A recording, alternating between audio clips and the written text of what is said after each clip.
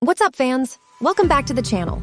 We're going to be standing for the next several videos. I'm having some issues with my nerves and my back and my body. They told me to stand a lot.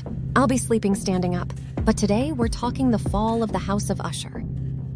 This comes to us from Mike Flanagan, one of my favorite horror directors in the business that this show pay off. This is a wicked horror series based on the works of Edgar Allan Poe, where ruthless siblings Roderick and Madeline Usher have built Fortune Auto Pharmaceuticals into an empire of wealth, privilege, and power. But past secrets come to light when the heirs, the Usher dynasty, start dying at the hands of a serious woman from their youth. I mentioned Edgar Allan Poe. His work is prominently featured all throughout this series, and it's pretty cool if you're familiar with his work, which I kind of am, blighter. But it'll be cooler if you really are. And also, this is rated to be the mature for a lot bad stuff. Sex, nudity, blood, gore, everything you can think of. So kids, don't watch. The cast is crazy and familiar.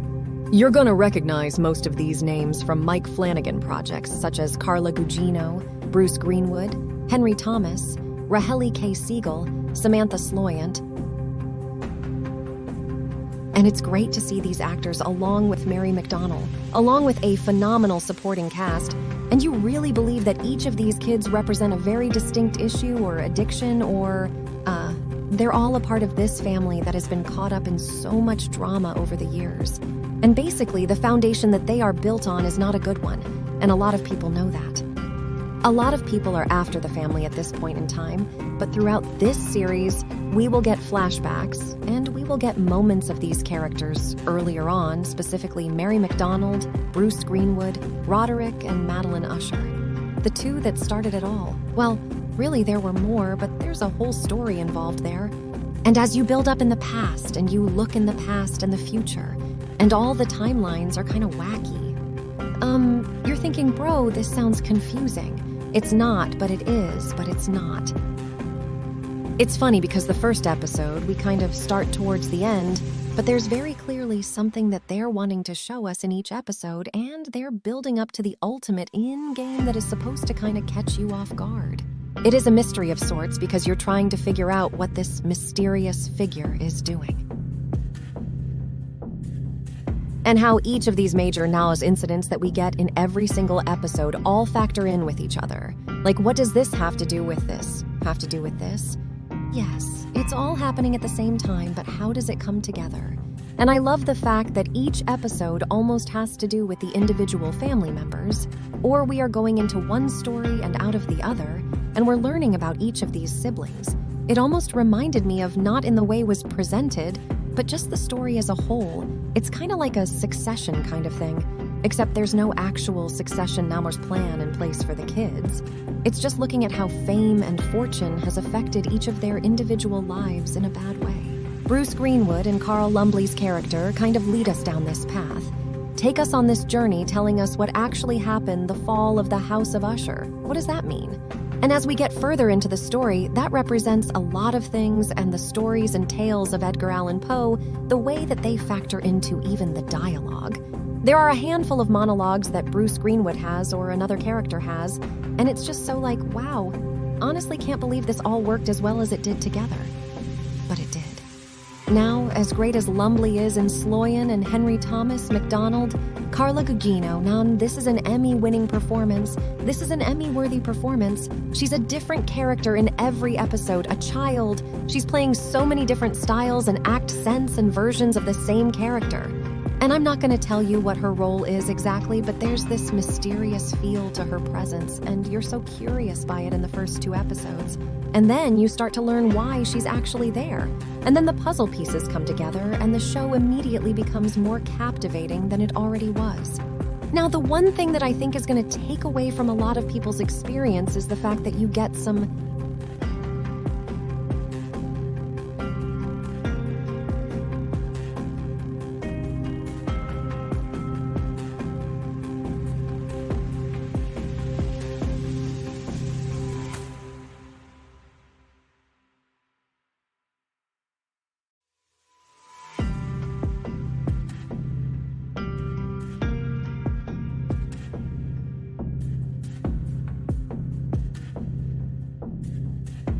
Things spelled out to you in the first episode, and then you see how it played out, so it's like, you know where we're gonna wind up, but it's the execution of how we get there.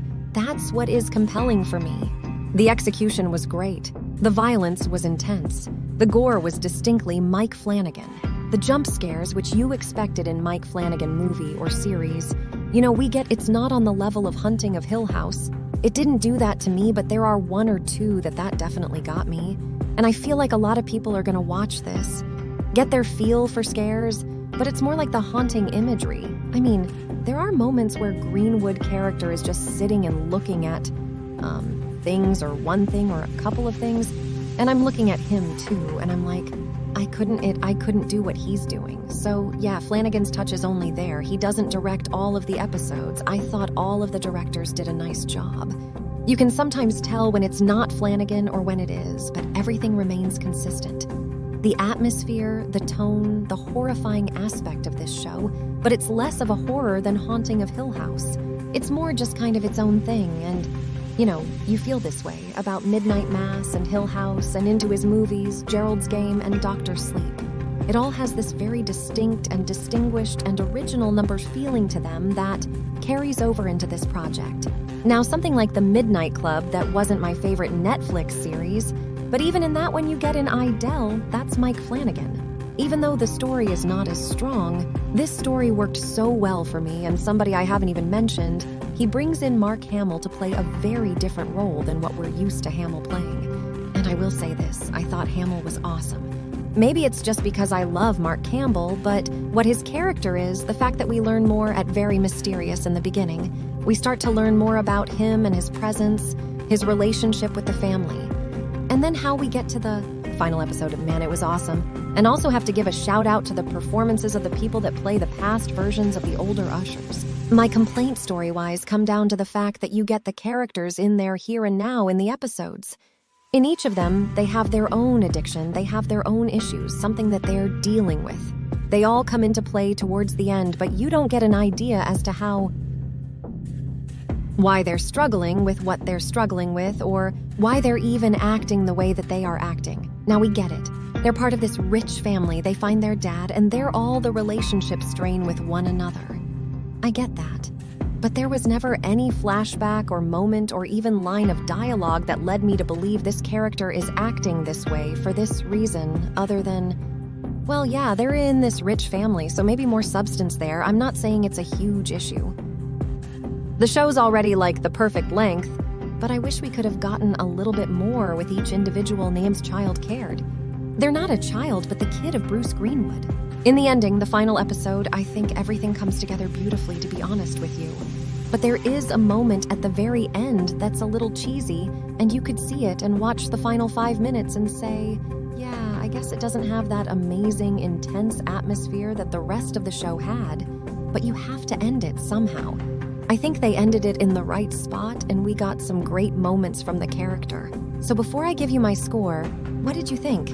Actually, you know what? What is your favorite Mike Flanagan movie or TV show? If you want to drop a like down below, that would be awesome. The fall of the House of Usher has everything you want in a terrifying family realm. Brilliant performance is a haunting atmosphere and some really impressive scares. This is must-see television. Thank you so much. I'll see you soon. If you like this video, please give it a like and subscribe to my channel for more content like this. Thank you for watching. Until next time, see you.